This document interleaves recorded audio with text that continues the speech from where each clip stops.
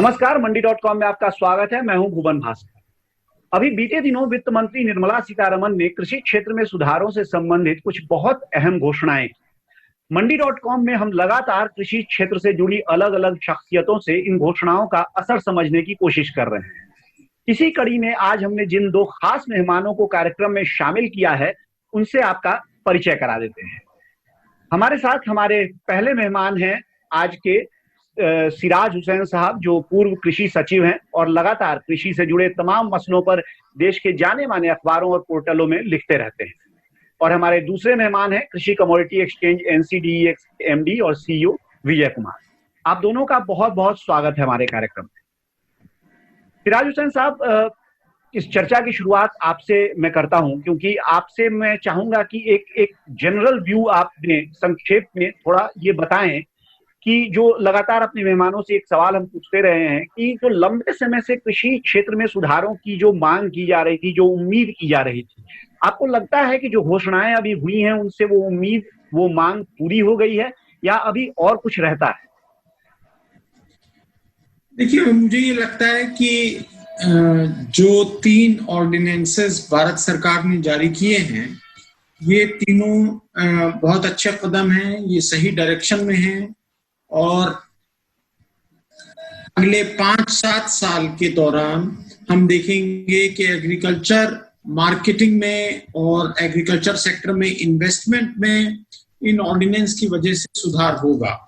लेकिन अगर हम ये उम्मीद करते हैं कि अगले 2-4 महीने के अंदर कोई बहुत बड़ी तब्दीली आ जाए, तो शायद हमारी वो उम्मीद नाजायज होगी।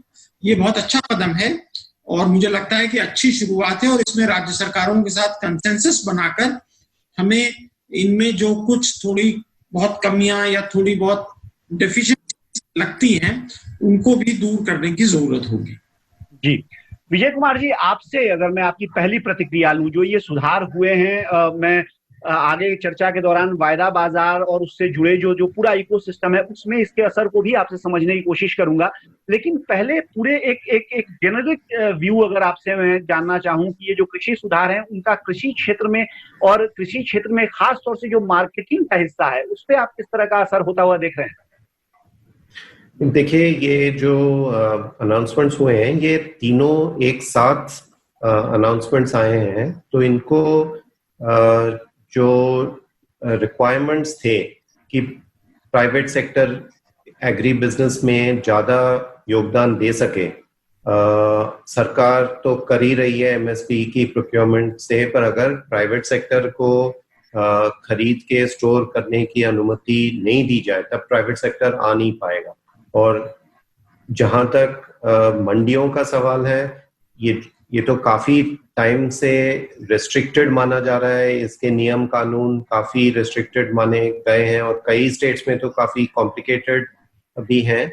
और इनसे छुटकारा पाने का जो ये ऑर्डिनेंसेस में प्रावधान है, इससे काफी फायदा मिलेगा। और तीसरा जो कॉन्ट्रैक्ट एक्ट के तहत फार्मर्स का और बिजनेसेस का जो लिंक एक तरीके से म्यूचुअल बेनिफिट के लिए जो बन सकता है, उसमें भी जो प्रोविजंस दिए गए हैं, उससे मुझे ये लगता है कि ये मल्टीपल बेनिफिट्स जो इससे निकलेंगे, इससे काफी फार रीचिंग कॉन्सिक्वेंसेस होंगे किसानों के लिए भी और प्राइवेट इंडस्ट्री, चाहे वो वैल्यू चेन में कहीं भी हो, और सरकार के लिए भी। जितना बोझ सरकार ने उठाया है एग्री बिजनेस में, वो शायद धीरे धीरे ट्रांसफर होगा प्राइवेट सेक्टर पे। जी, सिराज हुसैन साहब, आपसे एक बात मैं पूछना चाहता हूं कि लगातार जब भी ये बात होती है, चाहे बाजार को खोलने की या एक तरह से उदारीकरण या डिसेंट्रलाइजेशन की, तो ये बात भी साथ में आती है कि भारत में, खास तौर से भारतीय संदर्भ में अगर बात करें, तो किसान छोटा है, सीमांत है, ज्यादातर 86-88% किसान उसी ब्रैकेट में आते हैं। FPOs एक जरूर एंटिटी है जहां से माना जाता है कि जो ज्यादातर सुधार उनका फायदा वो उठा सकते हैं, लेकिन FPOs की स्थिति अभी इतनी मजबूत हुई नहीं है। ऐसे में आपको क्या लगता है, ये जो फैसले आए हैं, खासतौर से मैं आपसे APMC एक्ट में जो सुधार है उसके संदर्भ में ये समझना चाहूंगा, कितना लाभदायक ये हो सकता है किसानों के लिए? देखिए, ये एक बहुत बड़ी गलतफहमी हमारे पॉलिसी मेकर्स को और मीडिया में है कि जो छोटे किसान हैं उनके पास कोई सरप्लस नहीं है। तो ऐसी बात नहीं है, छोटे किसानों के पास भी सरप्लसेस होते हैं और अब वो इस चीज को समझ गए हैं कि अगर वो अपनी कमोडिटी को कुछ दिन रिटेन करते हैं तो उन्हें बेहतर दाम मिल सकते हैं। इस तरह की चीज खासतौर से हम प्याज के स्टोरेज में देखते हैं, सोयाबीन में देखते हैं। यानी कि इस साल भी हम देख रहे हैं कि मंडीज में जो अराइवल कई कमोडिटीज के हुए हैं रबी की फसलों में, वो पिछले साल से कम है। और मंडी के जो प्लेयर्स हैं उनको ऐसा लगता है कि किसानों ने अपने पास रोका है प्रोड्यूस को, क्योंकि ग्रामीण भंडारण योजना के तहत भी काफी स्टोरेज कैपेसिटी किसानों के पास क्रिएट हुई है। तो ये बात सही है कि एफपीओ से फायदा होगा और एग्रीगेशन में उनको मदद मिलेगी, मार्केटिंग में उनको मदद मिलेगी, लेकिन ये सोचना भी गलत होगा कि स्मॉल फार्मर्स के पास बिल्कुल सरप्लस है ही नहीं।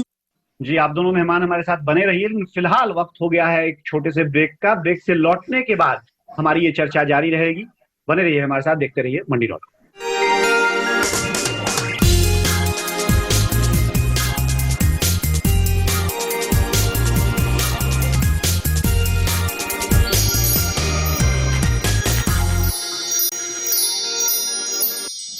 स्वागत है एक बार फिर आपका मंडी.com में। हमारे साथ हम बात कर रहे हैं जो हाल ही में कृषि सुधारों की घोषणा हुई है उसका क्या असर होगा, और इसी असर को, इसी प्रभाव को समझने के लिए दो खास मेहमान हमारे साथ हैं। सिराज हुसैन साहब जो पूर्व कृषि सचिव हैं, और विजय कुमार जी जो कृषि कमोडिटी एक्सचेंज NCDEX के MD और CEO हैं। हम चलते हैं सीधे अभी विजय कुमार साहब के पास। विजय कुमार जी, जो बात हम कर रहे थे ब्रेक पे जाने से पहले, उसी को थोड़ा सा अब हम और फाइन प्रिंट्स पे चलते हैं। और आपसे मैं ये समझना चाहूंगा, क्योंकि आप देश के सबसे बड़े एग्री कमोडिटी एक्सचेंज का एक तरह से अभी मुख्य एक कार्यभार आप देख रहे हैं, तो आपसे ये मैं समझना चाहूंगा कि एग्री बिजनेस पर इन फैसलों का कितना असर आप होता हुआ देख रहे हैं, और आपको क्या लगता है कि जो पहले कौन से ऐसे बॉटलनेक्स थे, कौन सी ऐसी बाधाएं थी जो आगे आने वाले दिनों में इन घोषणाओं से अब आपको लगता है कि दूर हो जाएंगे?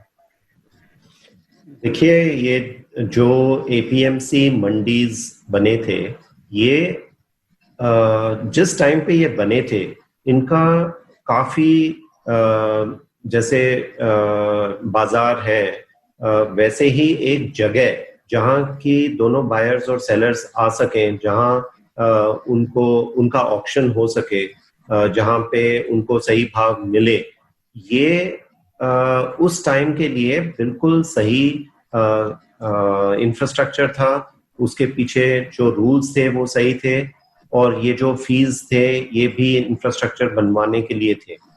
पर अब जो टाइम है, इसमें इतने चेंजेस हो गए हैं बाहर कि जैसे अगर उदाहरण के तौर पे अगर हम रेलवे टिकट्स की बात करें, तो पहले हमें स्टेशन जाके एक क्यू में खड़े होके 1 घंटे बाद हमें काउंटर पे पैसे देके अपना टिकट लेना पड़ता था।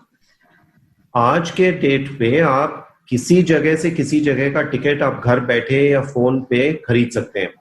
ठीक है, तो ये जो टेक्नोलॉजी के चेंजेस हैं, ये जो नेटवर्क के चेंजेस हैं, और जो ई-कॉमर्स के चेंजेस हैं, ये तो हमारे मंडियों में और एग्री ट्रेडिंग में लगभग आया ही नहीं है। और यही ये जो आप बोल रहे हैं कंस्ट्रेंट्स, ये कंस्ट्रेंट्स इसलिए थे क्योंकि ये मैंडेटेड था कि अगर किसान को कहीं बेचना है या किसी को खरीदना है तो सिर्फ मंडी में आके खरीद सकता है। तो ये अगर अब जो लिबरेशन हुआ है एक तरीके से, तो अब कहीं भी किसी भी प्लेटफॉर्म पे ये मटेरियल, चाहे वो ग्रेन्स हो, चाहे ऑयल सीड्स हो, चाहे पल्सेस हो, किसी भी बायर कहीं भी देश में हो, वो किसी भी किसान या FPO का खरीद सकता है, और इलेक्ट्रॉनिकली ये पूरा ट्रांजैक्शन हो सकता है। अब इसमें 2-3 चीजें जो अभी भी चेंज होना बाकी है, वो ये है कि अभी जो फिजिकली दोनों बायर और सेलर आके ये गुड्स का क्वालिटी देखते हैं, इसीलिए दोनों का वहां रहना जरूरी है मंडी के आंगन में। पर अभी जो कोविड का सिचुएशन भी था, इसमें हमने देख लिया कि ये कितना मुश्किल हो सकता है कि पूरा भीड़ अगर इकट्ठा होगा और मटेरियल को देखना है और फिर उसका ऑक्शन होना है, तो ये बहुत ही मुश्किल है। तो इसके काफी इजी टेक्निक्स हैं जो कि कुछ हद तक फ्यूचर्स एक्सचेंज में ऑलरेडी यूज हो चुके हैं और डिलीवरी इसमें आसानी से होता है। और यही जो सिस्टम्स हमने फ्यूचर्स एक्सचेंज में ऑलरेडी अडॉप्ट हम करते आए हैं पिछले 1-1.5 साल से, उसका शायद पूरे मार्केट में अभी यूज हो सकता है। जी सिराज साहब, सरकार ने जो 1 लाख करोड़ रुपए के फंड की घोषणा की है, जो एग्री इंफ्रास्ट्रक्चर फंड, ये कितना महत्वपूर्ण है? इसका जैसे अभी विजय कुमार जी ने जो बात कही है उसमें एक तरह से क्वालिटी इंप्रूवमेंट भी साथ के साथ जुड़ा हुआ है, क्योंकि फिजिकल प्रेजेंस तब तक नहीं गैर जरूरी होगी जब तक क्वालिटी एश्योरेंस नहीं मिले ट्रेडर को। तो ऐसे में ये 1 लाख करोड़ रुपए का जो एग्री इंफ्रास्ट्रक्चर फंड है, ये कितनी बड़ी भूमिका निभा सकता है? देखिए, अभी इस फंड के डिटेल्स कम से कम मैंने नहीं देखे हैं, मगर मुझे लगता है कि ये फंड शायद नाबार्ड में क्रिएट होगा और इसमें किसी किस्म का इंटरेस्ट सबवेंशन होगा तो बहुत अच्छा होगा। देखिए, इस वक्त जो इकोनॉमिक कंडीशन है उसमें क्रेडिट की डिमांड नहीं है। जो एग्जिस्टिंग इंडस्ट्री है वो भी अपने कैपेसिटी यूटिलाइजेशन के 50-60% पे ही चल रही है, कुछ इंडस्ट्री तो 30-40% पे चल रहे हैं। तो अभी इस फंड से हम ये समझें कि कुछ बहुत बड़ा इंफ्रास्ट्रक्चर क्रिएट हो जाएगा, वो नहीं होगा। लेकिन मैं एक बात जरूर कहना चाहूंगा, मैंने लिखा भी है इसके बारे में, बार बार मैं कहता हूं कि ये जितने रिफॉर्म्स हैं ये बहुत अच्छे हैं, मार्केट ओरिएंटेड हैं, फ्रीडम दे रहे हैं किसान को मंडी के बाहर अपना माल बेचने की, फ्रीडम दे रहे हैं किसी भी ट्रेडर को सिर्फ पैन कार्ड के बेसिस पे किसी भी किसान से माल खरीदने की। लेकिन इसके साथ साथ सरकार को ये जरूर करना चाहिए कि जो भी वेयर हाउसेस हैं वो compulsorily electronically warehousing receipt issue करें, जिससे कि गवर्नमेंट को ये मालूम हो सके कि देश में किसी कमोडिटी का कितना स्टॉक है। पॉलिसी मेकिंग के लिए ये जरूरी है कि गवर्नमेंट को प्राइवेट स्टॉक की पोजीशन मालूम हो। अभी तक ये नहीं हुआ है और पूरे देश में सिर्फ 1800 वेयर हाउस ऐसे हैं जो WDRA में रजिस्टर्ड हैं। इसको कंपलसरी बनाने की जरूरत है। महत्वपूर्ण मसला आपने उठाया है और इस पर अभी हम और थोड़ा विस्तार से बातचीत करेंगे, लेकिन फिलहाल वक्त हो गया है एक छोटे से ब्रेक का। ब्रेक से लौटने के बाद हमारी ये चर्चा जारी है।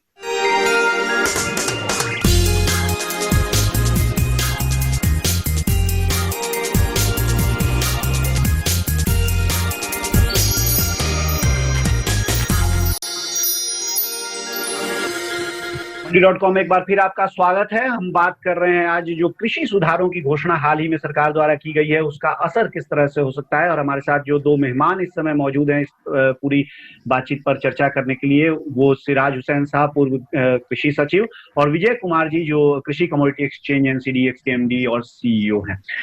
विजय कुमार जी, हम आपके पास आते हैं। ब्रेक पे जाने से पहले सिराज साहब ने जो एक विषय उठाया उसी पर थोड़ा आपकी राय मैं जानना चाहूंगा कि WDRA से जो अप्रूव्ड वेयर हाउस है उनके साथ आप बहुत नजदीकी से काम करते हैं और ENWR का जो पूरा सिस्टम है वो भी कहीं ना कहीं NCDEX से भी जुड़ा हुआ है। तो इसमें जैसा कि सिराज साहब ने कहा कि ENWR को अनिवार्य बनाना चाहिए, तभी इसका पूरा फायदा मिल सकेगा। आपकी राय इस बारे में क्या है? जो WDRA इकोसिस्टम के जो भी वेयर हाउस हैं और ENWR है, ये किस तरह से जो घोषणाएं हुई हैं उनके अगर लाइट में अगर बात करें, किस तरह से चीजों को बदल सकते? ENWR के जो फायदे हैं, इसका अगर मैं आपको कुछ एग्जांपल्स दूं, तो आज के तौर पे जैसे कोविड सिचुएशन में एक्सचेंज पे जो भी डिलीवरीज हुए थे मार्च, अप्रैल और मई में, ठीक है, इसमें डिलीवरीज हुए हैं इलेक्ट्रॉनिकली। इसका मतलब ये जो ENWR है ये टाइटल ऑफ ओनरशिप है WDRA एक्ट के तहत। तो ये जब ENWR ट्रांसफर होता है सेलर से बायर को, ये इलेक्ट्रॉनिकली होता है और पैसे जो बायर के हैं वो इलेक्ट्रॉनिकली सेलर को ट्रांसफर हो जाते हैं। तो इससे स्मूथ कोई ट्रांजैक्शन हो ही नहीं सकता। और इसके कई फायदे हैं, जैसे सिराज जी ने बोला, अगर मान लीजिए अभी जो MSP प्रोक्योरमेंट होता है वो वहीं होता है जहां पे गवर्नमेंट एजेंसीज की पहुंच है, पर अगर किसी किसान या FPO ने कि देश में किसी भी WDRA एक्रेडिटेड वेयरहाउस में अगर नेगोशिएबल वेयरहाउस रिसीट बना लिया है तो वो नेगोशिएबल वेयरहाउस रिसीट एक प्राइवेट ट्रेडर भी खरीद सकता है, प्रोसेसर भी खरीद सकता है और गवर्नमेंट भी खरीद सकता है अगर उसको MSP पे प्रोक्योरमेंट करना है। तो इससे तो गवर्नमेंट का भी रीच जो है MSP प्रोक्योरमेंट का वो भी बढ़ता है और प्राइवेट सेक्टर का डेफिनेटली, क्योंकि ENWR का मतलब है कि क्वालिटी क्वांटिटी दोनों का किसी ने और किसी अथॉरिटी के सुपरविजन के अंडर टेस्ट किया है और वो मटेरियल सेफ है किसी वेयरहाउस या किसी साइलो में। तो इसका मतलब फार रीचिंग बेनिफिट्स होंगे अगर सरकार ये जो नेटवर्क है WDRA वेयरहाउसेस के इसको बढ़ाए और सरकार का भी खरीदी अगर ENWR के माध्यम से हो तो उसका यूटिलाइजेशन और उसका बेनिफिट शायद सबको मिलेगा। जी सिराज साहब, इसी से जुड़ा एक और विषय है जो कि हालांकि समय हमारे पास बहुत कम बचा है, तो इसलिए मैं आपसे गुजारिश करूंगा कि बहुत संक्षेप में आप इस पर अपनी राय दें कि वेयर हाउसेज में जैसे कि आपने कहा कि ये जो सारी बात हम कर रहे हैं, चाहे ENWR की हो, चाहे जब वेयर हाउसिंग पूरे सिस्टम की बात करते हैं तो कहीं ना कहीं WDRA एक्रेडिटेड जो वेयर हाउस हैं उनकी बात हम कर रहे होते हैं। लेकिन ये भी सही है कि देश में जो कुल वेयर हाउस की संख्या है उसमें WDRA एक्रेडिटेशन वाले वेयर हाउस बहुत ही कम है। तो कई बार ये मांग भी आती है कि क्या वेयर हाउसिंग का, जैसे आमतौर पे हमने देखा कि रेरा जब आया तो ये कहा गया कि जो भी कंस्ट्रक्शन हो वो रेरा में रजिस्टर होना चाहिए, इसी तरह जो भी बैंकिंग में आएगा उसको RBI के पास रजिस्टर होना चाहिए। तो क्या वेयर हाउसिंग में भी ऐसा कोई नियम लाया जा सकता है, आ सकता है कि जो भी वेयर हाउस बने वो एक न्यूनतम क्षमता से ऊपर के वेयर हाउस WDRA के पास कंपल्सरीली रजिस्टर किए जाए? हमारा तो इसमें बहुत फर्म व्यू है कि गवर्नमेंट को warehousing development regulatory authority में 1000 टन से ऊपर के जितने भी वेयर हाउसेज हैं उनके रजिस्ट्रेशन को कंपलसरी करना चाहिए। उसकी वजह यह है कि आज अगर हम मिनिस्ट्री में सेक्रेटरी फूड हैं, हमें नहीं मालूम देश में मसूर का कितना स्टॉक है, हमारे पास कोई तरीका नहीं है ये जानने का। तो जब हम पॉलिसी मेकिंग करते हैं तो हमारी पॉलिसी मेकिंग एक तरह से कयास आराई पे बेस्ड होती है।